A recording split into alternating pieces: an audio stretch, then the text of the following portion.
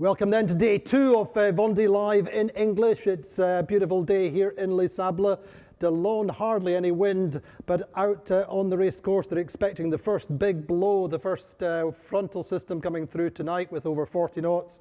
But overnight they've been in Coffin Corner down in Cape Finisterre, usually the graveyard for so many hopes over the 30-year history of the Vendée Globe. But last night it was only 8, 9, 10 knots and the fleet really compressed in there. But I say the first big blows coming through tonight, 40 knots, 5 metre seas. It's going to be a pretty tough night for the fleet. There is an option to go down the Spanish coast. But let me first of all introduce my guests today. We have Will Harris, Figaro sailor and replacement skipper for Boris Herrmann.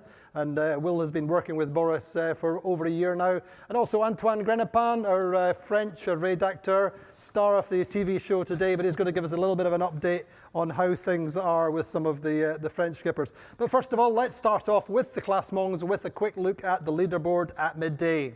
So in first place, Damien Seguin. Jean Le Cam in second, 1.1 miles behind. Benjamin Dutreux, 1.6 miles behind in third. Then Nico Trousseau in fourth, 3.7 miles behind. And Maxime Sorel making up the top 5. The internationals, Sam Davis is in 10th place at 25.8 miles behind the leader. Didac Costa, the Spanish fireman on One Planet, One Ocean, is in 13th. Alex Thompson in 17th. And Boris Herrmann in 18th. So, Antoine, then, you're going to give us a little bit of an update on the situation, first of all, with Fabrice Amadeo. Yes, as you know, Fabrice came back yesterday morning. He first announced the problem of the hook on the top of the mat. We discovered it was a bit more complicated. The halyard was break a bit, and his team has to make a new piece to fix it. We learned a few hours ago that he will leave the port of Les Sables d'Olonne tonight around 10 p.m. And also, hook problem was for Arnaud Boissy yesterday afternoon. Yeah, he was talking about going up the mast to fix it. Yeah, and he did it. We talked to him this morning. He was really disappointing about it. He went this morning, as you say, on the top of the mat to put off the Guinecker, but now he have to put one hook of spare. That will take time, and we will see most over with the condition when he can do that. Good news for the skipper then. And also you spoke with Damien Seguin this morning, the race leader. He's had 1 or 2 little problems as well. I think he had to dive. Yeah, he had to put off the fishing nest, so he have to dive. The funny stuff is that the race commissioner didn't know that he do that, and we know that in this kind of situation you had to say it and to tell them. But he's okay. He has the smile, and as you say, he's a leader. The good news is that he's close to Jean Le Cam, and that's one of the beautiful story of Vendée Globe, because Jean helped him a lot during the last few years, so they can see each other, so there is nothing better for him. Antoine, just a little bit of an introduction to Damien Seguin. Tell us something about him. That's one of the more beautiful stories of the Vendée Globe. He's little hurted on his hand, so it was hard for him to make a race with the other sailor, but he succeeded to do that. He fight during years and years, and now he showed to everyone that his place is here with the top skippers. He's just ahead of Jean Le Cam. He's a Paralympic medalist, isn't he? And he won the Tour Voile. Yeah. He make few Olympics campaign. He wins the gold medal, and he keeps the 2 program, one offshore and one Olympics at the same time. And now he's just offshore, and as you see, it started really good for him. Good. Thank you very much, Antoine. So, Will, then tell us a little bit about your situation. Then you've been backup skipper for Boris. Yeah, What's that been like in terms of the build up to the race? Yeah, so I've been part of the team for the last year, helping Boris prepare and get ready for the race. You know, we've been working on a lot, working on the performance, working out what spares to bring, all sorts to make sure that he's finally was ready for Sunday and to take the start. So it was really quite incredible to see him actually cross the start line and, you know, take the start of his first Vendée Globe. So yeah, really exciting. And you went down the channel on the boat? Exactly, yeah. So we were allowed 5 people on the boat, so we had our 4 crew members, 4 members of the team who came on board with us. And sort of 3-4 hours before the start, he was completely cool and collected and really calm. And, you know, it's quite amazing considering he's not going to see anyone for the next 3 months or so. It's going to be, it was quite an incredible experience, and stepping off the boat and seeing him take the start. Thank you, Will. Well, one skipper who's been a ray of sunshine through this race so far is Pip Hare, and let's have a quick look at Pip in action. It feels like home. I was really worried actually when I started that, because we've been on the dock for 3 weeks, and it really have been quite stressful the last couple of weeks, and I was a bit worried that I would kind of not feel comfortable on the boat, and that it would take me a while to get into it. And I don't think that's over at all, but I've just been taking things really steady, but it already feels like home. I've been doing a bit of hand steering, because we've just come under a front approaching Finisterre, and the sea's really rubbish. Those are lumpy little waves coming from different directions, and then you see all these little clouds up here. They've got a little bit of rain underneath them, and then the wind changes direction, so the autopilot's been struggling a bit to be consistent, so I've just been steering. But it's nice, it's good for me, I'm enjoying it, out in the middle of the ocean. Hi everybody, well no sleep yet. A couple of kind of little dozy rest things, but no proper sleep yet. And it's exhausting, I can tell you. It's funny old conditions, very tough overnight, lots of sail changes, some reefs, ballast in, ballast out, but I've now tacked over and I'm heading towards the front. And I can tell you, at the moment I'm only doing 10 knots and it's already slamming. So the boat's already slamming up and down. It's not going to be good. Well, Will, two British skippers at both ends of the spectrum, as it were. Pip Hare in her first Vendée Globe, Alex starting his fifth. Pip full of beans, and Alex starting to look a little bit tired. Yeah, I mean, it's fantastic to have that insight there, to see the different mentalities of the two skippers. They're very different positions when they came into this race in terms of preparation and levels of their teams. This is Alex's fifth Vendée Globe. But, Pip was in such high motivation there, such high spirits, and Alex has obviously had a tough start to the race. Maybe it's how they just each individually deal with the race coming into it the first few days. Maybe it takes Alex a bit longer to find that rhythm, and Pip's just so happy to have started the race. What do you think about Alex's boat then, working inside most of the time? Yeah, I mean, it must be a completely different way of sailing, to be offshore but be able to control absolutely everything from the inside. We'll have to see how that goes as the race goes on. It's, to be exposed to the elements for 2-3 months like Pip will be, a bit more than Alex.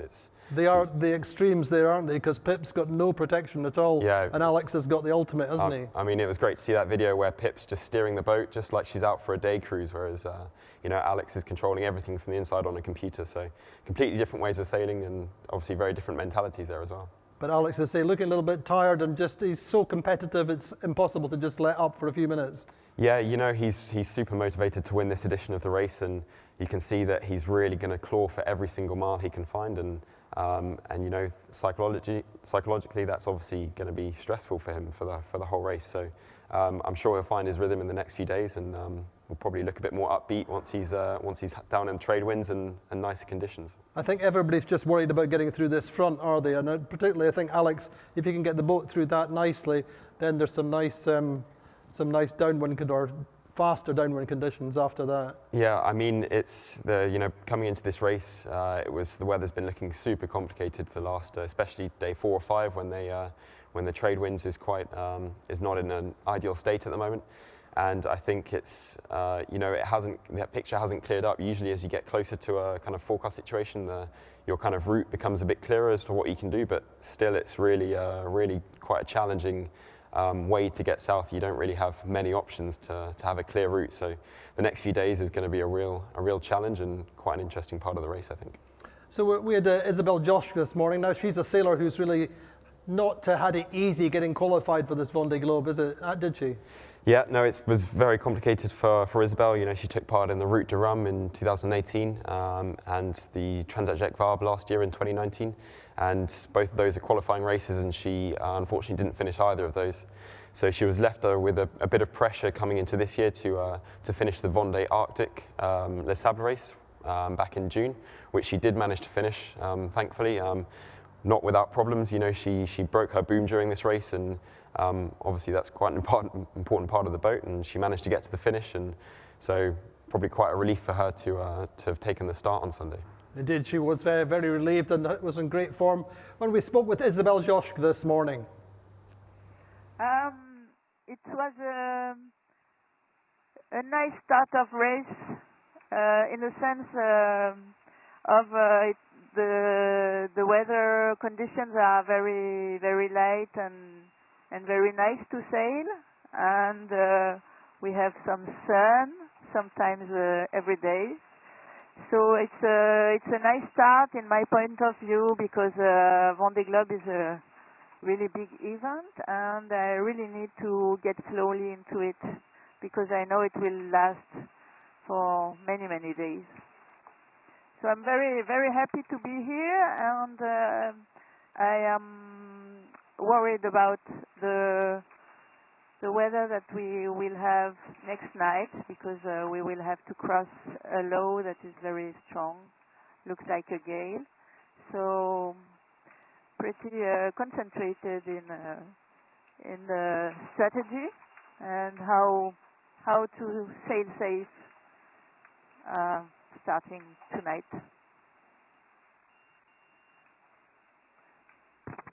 Ciao, ciao! Isabelle Joschke in good spirits and talking about that frontal system that they're going into tonight. Let's have a look at the weather charts, and Will Harris is going to talk us through the situation. Sure. So it's been, you know, the sailors currently set off Cape Finisterre at the moment. They've all finally made their choice as to how they want to approach this really strong front, which you can see here on the chart here. You've got the front, which is approaching quite fast from the west and will slowly make its way over the fleet. You've got Thomas Royan up in the north and Charal and Pivia further south. And tonight, you know, it's going to be a real tough night for all the skippers. You imagine the situation of this front, which is passing over 45 knot gusts. It's going to be pitch black, and it's going to be very lumpy and very wavy. And all the skippers are going to have to really focus on is making sure they keep their boat completely in one piece. You know, they've got a long race ahead of them, and making sure that they really preserve the boat well.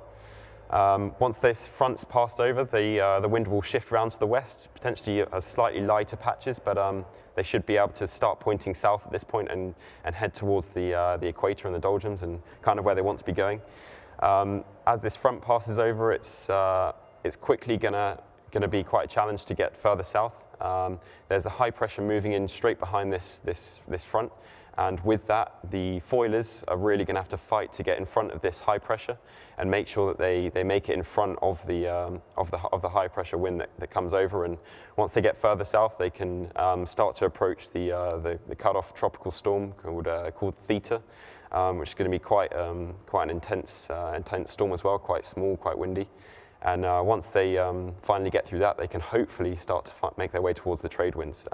But still, in the next 5 or 10 days, the trade winds are really not in their usual well-established easterly conditions, and there's going to be some strong light wind patches they're going to have to work through. So really the next 3 or 4 days is going to be the deciding part of the race, I think. And there are basically two options just now. You go out to the west through that front, or the slower non-foiling boats that come down the Spanish coast perhaps. Yeah. Looking at the other weather map or the other routing map, you can see hopefully that the non-foiling boats will go down the Spanish coast a little bit slower but much safer. Exactly. So there's, like I said, the foilers are trying to fight their way to the west and try and get south enough before the light wind fills in. But for the slower boats and for the non-foilers, it's going to be pretty much impossible for them to achieve this, and therefore an easterly route might have to be more of an option if they're further behind. But right now in the east, there's really light winds, and it could be very painful to get over there. So for the next 24 hours, making these decisions is going to be quite difficult for the skippers, and you know, they're really going to have to think about it and look at all the weather that they have available to them. Indeed, I think the option going down the Spanish coast, you'll possibly get to some lighter trades, but it's generally going to be slower but safer. But Will, talk to us then a little bit about Boris's preparations and how he prepared for the race. Yeah, so this year obviously it's been quite an upgrade for the boat. For Boris, we fitted new foils. They're identical to the foils that Isabelle Joschke has, Maxif, and that's been a real game changer for us. We're now Sea Explorer Yacht Club de Monaco is basically keeping up with these newer generation boats, Apivia, Charal, and you know it's really been a massive upgrade for us. But it's been 6 months of intense sailing and intense learning about the boat. You know, getting out on the water as much as we can to really work out how to get the boat to perform. And you know, Boris has really got stuck into that the last few months, trying to learn everything he can about the boat and be as well prepared as he can for this race. We came in with the mentality into arriving into Les Sables d'Olonne 3 weeks ago as to not touch the boat, you know, to try and make sure we've ticked off all the jobs list. And I was asking Boris if that was the German way, and he said it was always planned that way. Yeah, it's been a long time coming to, you know, Boris really didn't want to have any doubts about things not being tested or things on the boat not working. So as soon as we arrived in Les Sables, we basically tied up the boat, gave it a clean and left it like that. And you know, it's been really good to be like that. It's meant that Boris has been able to focus on the weather with people to help us with the weather strategy. And so who helps on the weather side?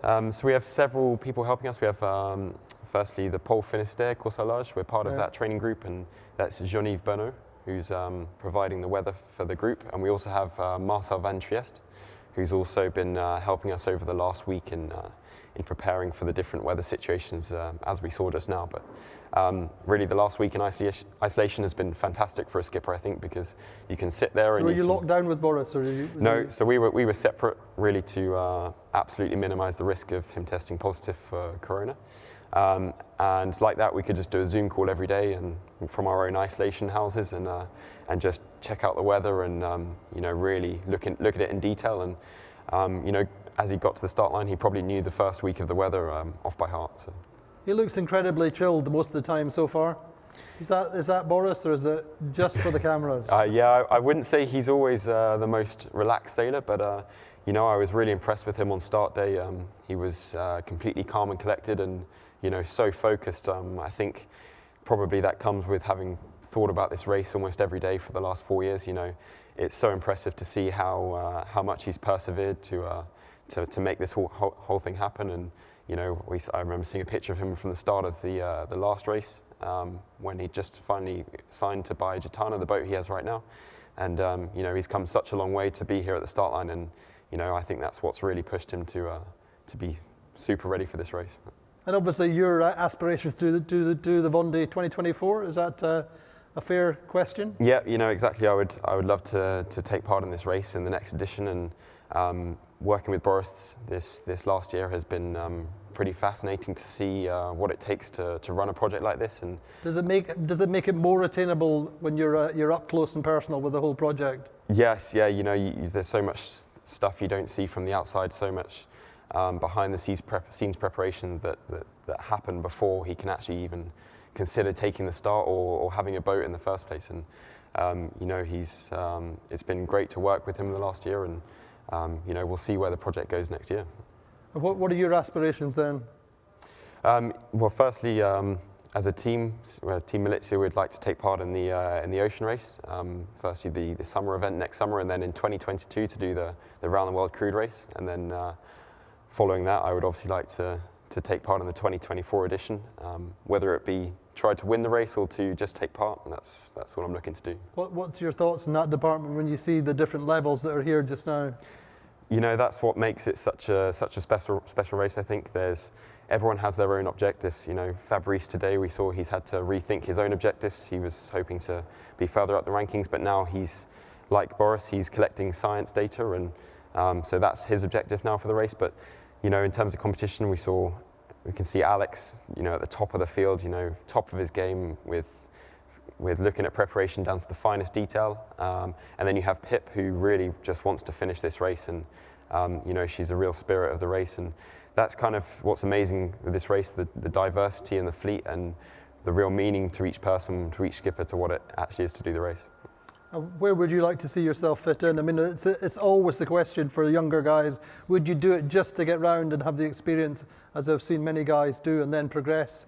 Or would you just want to be competitive? As there's quite a number of British skippers who just, aspire to have new boats and a little bit of dreamland. Yeah, I think for me the objective has always been to win the Vendée Globe. We still haven't seen a British winner. We'll see what happens this year with Alex, but for sure I'd love to take part, to be in with a chance of winning. But really the last few weeks, being part of the race and part of the race village, I've kind of seen more of this adventure side of the race. The fact of just getting round and finishing the race in itself is a fantastic achievement. So I think that's really kind of opened up the ideas of taking part in this race. And are you finished with the Figaro? We'll see. We'll see in the years to come. It's fantastic. But it's not on the programme for the next few years. Not yet. No, bigger races for now. But the Figaro is fantastic learning ground. And what do you see the prospects for other British skippers coming into this race, knowing what you know now? It would be fantastic to have more British sailors in the next edition of the race, to make it a race that's more aware in the UK and internationally. It's the atmosphere in Les Sables d'Olonne is it's so fantastic to see so much of the general public knowing of the race, and if we could do something similar in the UK, then hopefully we would see a much bigger field of international sailors and British sailors. So there's plenty of talent out there, British sailors who have huge wealth of experience, and it's all about finding that funding and finding those partners to really take you to the start line, and finding how to create value in the race for these partners, and that will be the challenge of the next 4 years. And what about that jump from the Figaro to the Amoca, which you made for the Transat Jacques Vabre? Yeah, I was very lucky to have Boris invite me to do the Transat Jacques Vabre with him last year. We did the Fastnet together, and then the Jacques Vabre was my first real ocean race on the Amoca. And the way I see it is it's a longer version of the Figaro. You're racing just as intense, and you see all the top guys, Charlie, Dallon, Jeremy, are all racing the Amoca and the Vendée Globe just as they would in the Figaro. Pushing the boats and always looking for the 1% gains, and that's a really important part of the race, I think. So. Good, thank you just now, Will. I'm just going to give you a quick update with Armel Tripon was on the French show this morning. He said it was pretty quiet last night. He took advantage of that to just get as much rest as possible. The sea was pretty calm on the way down south, and that helped him to rest. It's getting a little bit choppy and is slamming on L'Occitane en Provence. He had a good night and he feels in good shape, got the boat ready, and he's also talking about setting up for the gusty winds tonight.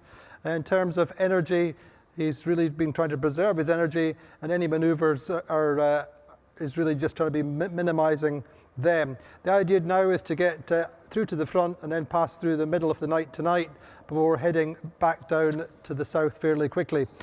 Didac Costa, well, our Spanish fireman on his second race on the 21-year-old One Planet, One Ocean. This is his third race around the world in 5 years, and Didac was on video this morning. Hola, buenos días. Aquí estamos en el One Planet, So One just Ocean. saying, here we are on One Planet, One Ocean, and it's the third morning of the race. Y bueno, podéis ver ahora que está muy tranquilo. And he's Ayer no lo fue just tanto, going upwind pero bueno, on the Galician viniendo coastline. durante todo el día hasta luego acercarnos a la costa de Galicia, que es donde estamos ahora. No sé si lo podéis ver. A little bit of a look there. Está allí, la costa norte. Ahora está yendo hacia el oeste. So just y trying lo voy to a see he's dejar been al lado keeping del clear otro, of the shipping, obviously then on the shipping lanes close to para Cape los Finisterre. mercantes del tema tráfico que puede haber en la zona. Y por lo demás todo bien, el barco va bien. So everything is going well just now, the boat's doing well. Y bueno, He's poco a done a poco, few pues, sail vamos cogiendo changes ritmo. and he's slowly Así que, getting bueno, into his vamos race a esperar rhythm. cómo evoluciona los próximos días, porque la meta está muy complicada, es un poco complejo todo. It's a little Así bit que complicated. We'll see how things develop eso es todo. Un saludo y os seguiré over the contando. coming days. The weather's looking pretty complicated, and that's Didac Costa on his second consecutive Vendée Globe. Will Harris, a quick word about Didac. Yeah, it's great to see Didac back for this edition of the race.